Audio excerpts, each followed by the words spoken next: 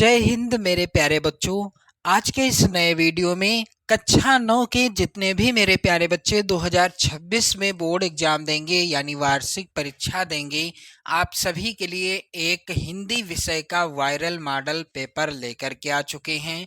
तो आप लोगों के लिए ये वीडियो सबसे ज़्यादा इम्पोर्टेंट है, क्योंकि 2026 में हिंदी विषय का पेपर जो होगा उसका पैटर्न क्या रहेगा, किस तरह का पेपर आएगा, किस तरह के प्रश्न आएंगे। और यदि आप इस वायरल मॉडल पेपर को तैयार कर लेते हैं तो 70 में 70 अंक आपको बिल्कुल 100% मिलेंगे। मेरे प्यारे बच्चों, 3 घंटे 15 मिनट का समय आपको मिलेगा वार्षिक परीक्षा में। पेपर का पूर्णांक रहेगा 70 अंकों का, जिसमें आपका टारगेट होना चाहिए 70 में 70 लाने का। चलिए, नोट के अंतर्गत पहला है कि प्रारंभ के 15 मिनट परीक्षार्थियों को प्रश्न पत्र पढ़ने के लिए निर्धारित हैं। दूसरा है प्रश्न पत्र 2 खंड में विभाजित है, खंड आ और खंड बा। खंड आ में, यहाँ पर खंड आ होगा, खंड आ में 20 अंक के बहुविकल्पीय प्रश्न दिए गए हैं और खंड बा में 50 अंक के वर्णनात्मक प्रश्न दिए गए हैं। प्रत्येक प्रश्न के सम्मुख निर्धारित अंक भी अंकित हैं। कौन सा प्रश्न कितने अंक का है इसका भी विवरण दिया गया है। मेरे प्यारे बच्चों, खंड आ में 20 बहुविकल्पी प्रश्न आएंगे और प्रत्येक प्रश्न 1 नंबर का होगा। इस तरह से कुल 20 नंबर का होगा खंड आ। इन प्रश्नों का उत्तर आपको ओएमआर सीट में भरना होगा। जो बहुविकल्पी प्रश्न आएंगे मेरे प्यारे बच्चों, इन प्रश्नों का उत्तर आपको ओएमआर सीट में भरना होगा। चलिए ध्यान दें, पहला प्रश्न और सबसे ज्यादा इम्पोर्टेंट प्रश्न कह रहा है गोदान किसकी रचना है। तो यहाँ पर एक चीज आप नोट कर लीजिएगा, गोदान, गबन और सेवा सदन। गोदान, गबन, सेवा सदन, ये तीनों रचनाएं किसके द्वारा लिखी गई हैं मेरे प्यारे बच्चों? इन तीनों रचनाओं के रचनाकार हैं मुंशी प्रेमचंद जी। कौन हैं? मुंशी प्रेमचंद जी हैं। यहाँ पर पहला ऑप्शन सही होगा।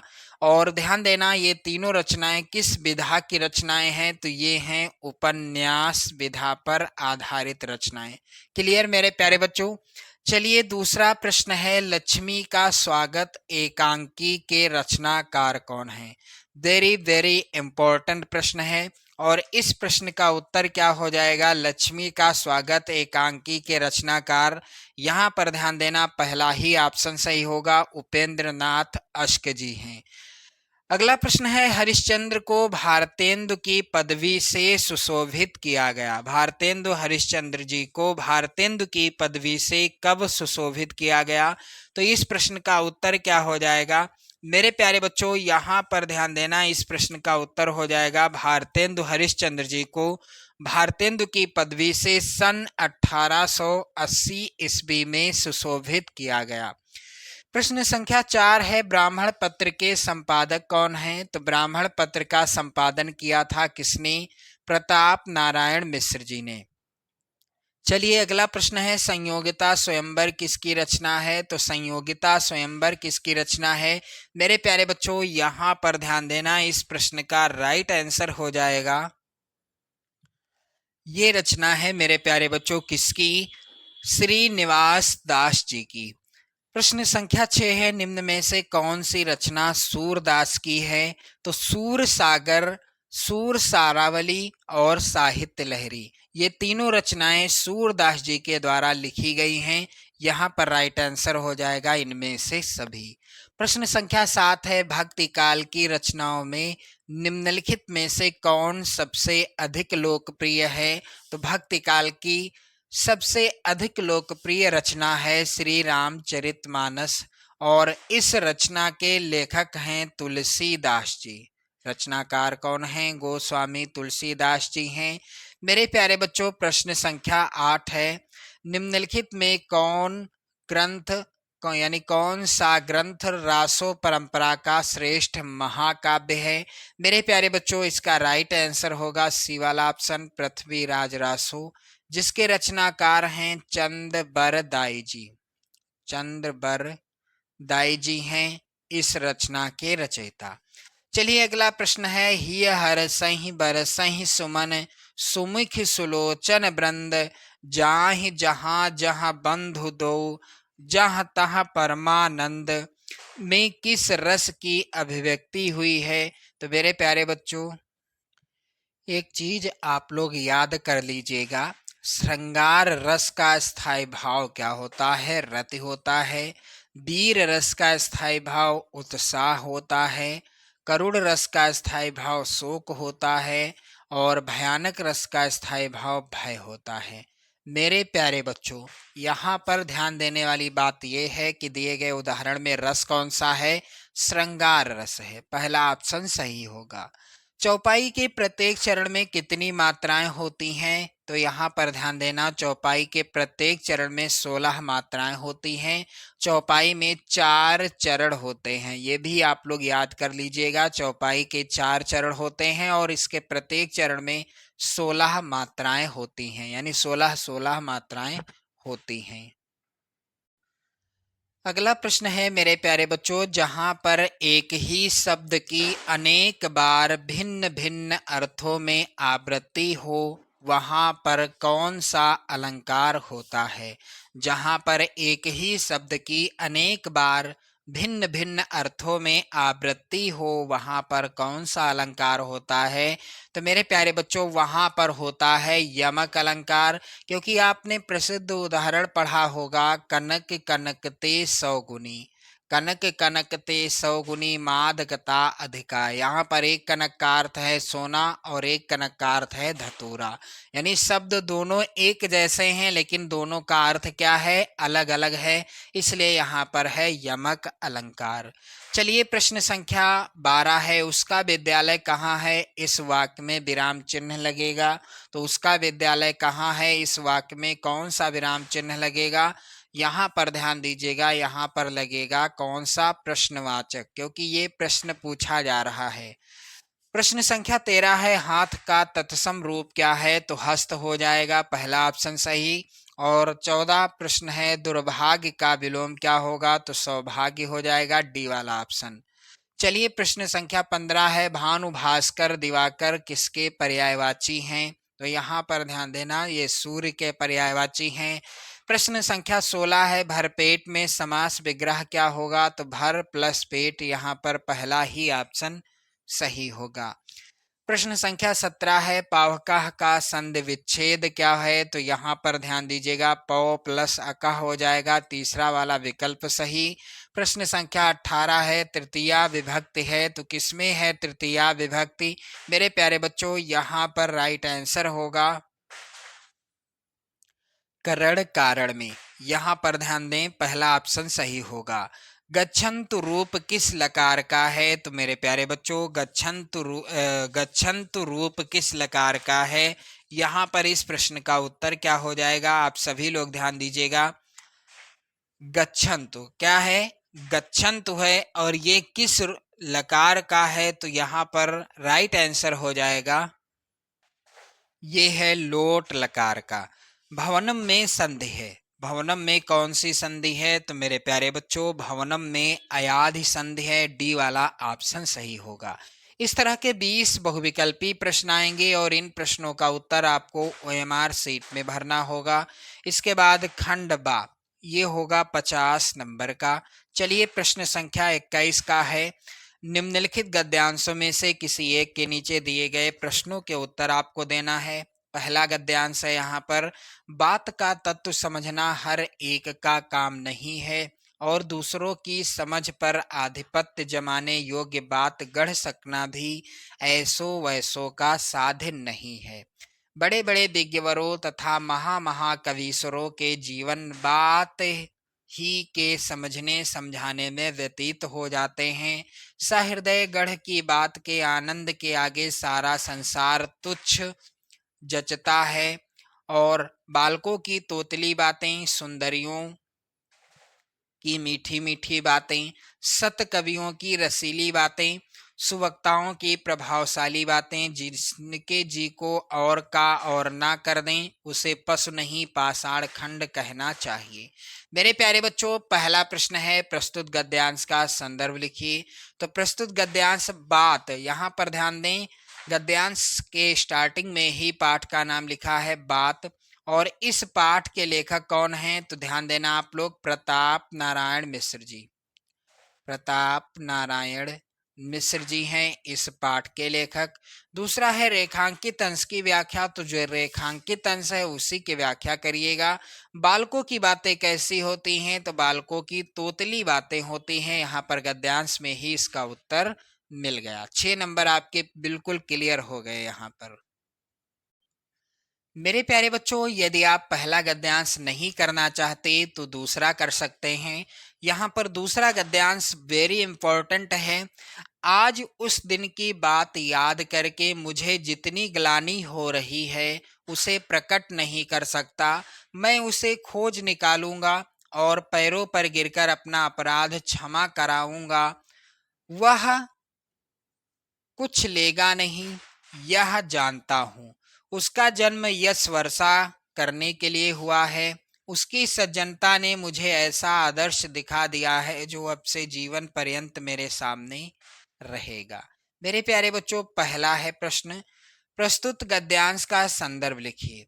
तो यहाँ पर ध्यान दें, पाठ का नाम क्या है जिस पाठ से लिया गया है? मंत्र शीर्षक पाठ से लिया गया है गद्यांश। और इसके रचनाकार हैं मुंशी प्रेमचंद जी। मेरे प्यारे बच्चों, अथवा यहाँ पर दूसरा प्रश्न है रेखांकित अंश की व्याख्या कीजिए। और तीसरा है ग्लानि किसको हो रही थी? तो ग्लानि हो रही थी डॉक्टर चड्ढा को, यानी पछतावा किसे हो रहा था? डॉक्टर चड्ढा को हो रहा था। इस कहानी को जब आप पढ़ेंगे तो अच्छे से समझ पाएंगे। चलिए, प्रश्न संख्या 22 है। निम्नलिखित 22 का है, निम्नलिखित पद्यांश में से किसी एक के नीचे दिए गए प्रश्नों के उत्तर दीजिए। पहला पद्यांश सबसे ज्यादा इंपॉर्टेंट।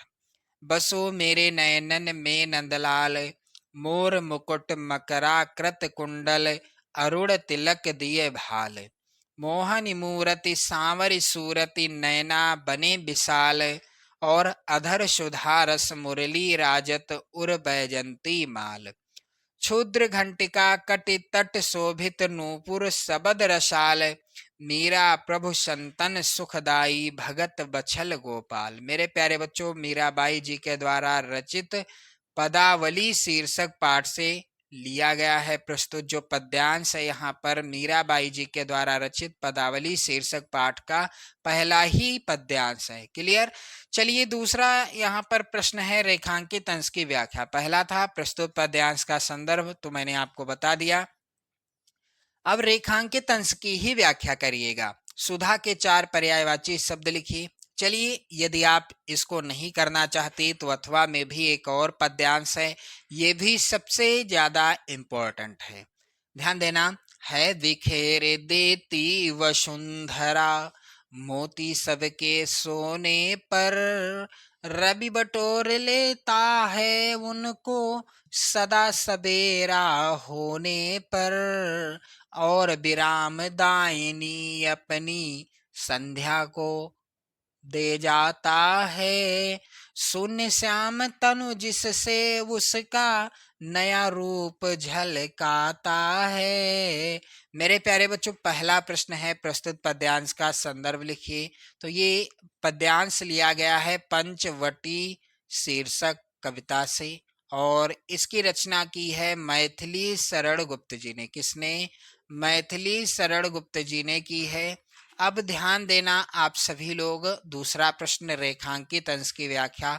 तो रेखांकित अंश की व्याख्या आप कर लेंगे। चलिए, एक और प्रश्न है यहाँ पर। इसके बाद 23 का प्रश्न है, निम्नलिखित संस्कृत गद्यांश में से किसी एक का संदर्भ सहित हिंदी अनुवाद अपने शब्दों में कीजिए। मेरे प्यारे बच्चों, 4 नंबर का ये प्रश्न आएगा। अब ध्यान दो आप सभी लोग, यहाँ पर है विश्व विश्रुता स्वामी विवेकानंद अस्थैव महाभागस्य शिष्य आसीत। ये लिया गया है परमहंस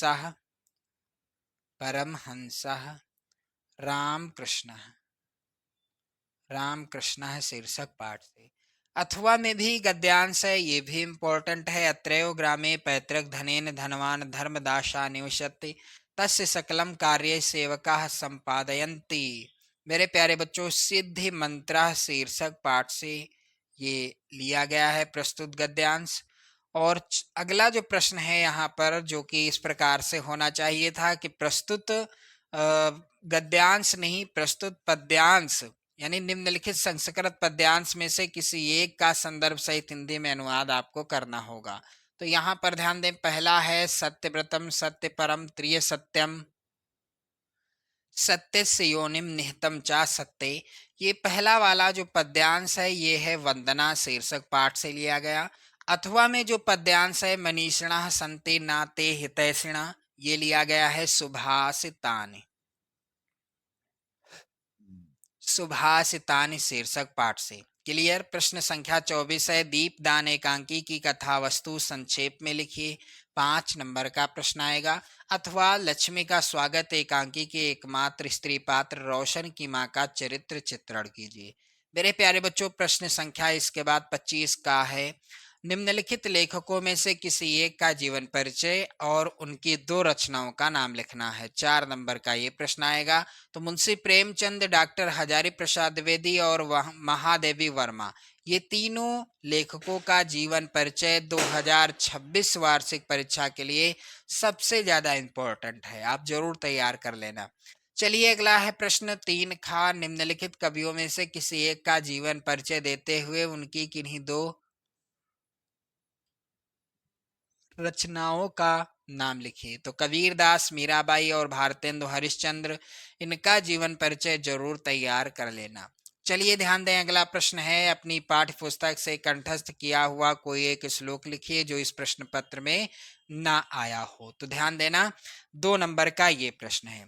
इसके बाद मेरे प्यारे बच्चों अगला प्रश्न संख्या 27 है, निम्नलिखित प्रश्नों में से किन्हीं 2 प्रश्नों के उत्तर संस्कृत में दीजिए। तो मेरे प्यारे बच्चों पहला जो प्रश्न है, रामदासः कुत्र निवसति, तो इसमें जो है क्या आपको लिखना होगा उत्तर के रूप में, नारायणपुरे। नारायणपुरे,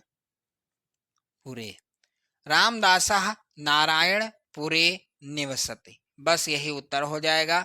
दूसरा है, रामः कस्मिन् वंशे उत्पन्नः आसीत, तो इसमें क्या भरना है आपको, यानी इसका उत्तर क्या हो जाएगा, छोटा सा है, बिल्कुल अच्छे से याद भी हो जाएगा आपको। तो इसमें इक्ष्वाकु क्या लिखा जाएगा, इक्ष्वाकु, इक्ष्वाकु और वंशे, यानी रामः इक्ष्वाकु वंशे उत्पन्नः आसीत, बस इतना ही उत्तर है, बस ये आप लिख देना, बाकी सब यही रहेगा।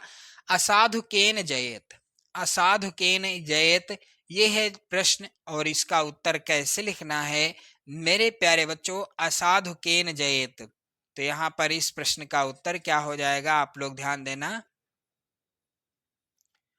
इसका उत्तर हो जाएगा साधुना, साधुना असाधु जयेत, असाधु जयेत। रामदासा कुत्र निवसत, ये प्रश्न रिपीट हुआ है। चलिए अगला प्रश्न है, निम्नलिखित मुहावरों या मुहावरे एवं लोकोक्ति में से किसी एक का अर्थ बताते हुए वाक्य प्रयोग कीजिए। 2 नंबर का प्रश्न आएगा। तो अपना उल्लू सीधा करना यानी अपना काम निकालना, आकाश पाताल एक करना यानी बहुत मेहनत करना, और आम के आम गुठलियों के दाम यानी दोहरा फायदा, एक मछली सारे तालाब को गंदा करती है यानी एक जो है बुरी संगति आपके चरित्र को नष्ट कर सकती है। चलिए प्रश्न संख्या 29 है, निम्नलिखित में से किन्हीं 2 वाक्यों का संस्कृत में अनुवाद करना है। 4 नंबर का प्रश्न आएगा। तो वह खेत में खेल रहे हैं, इस तरह के आएंगे वाक्य, आप लोग 2 वाक्यों का संस्कृत में अनुवाद कर दीजिएगा।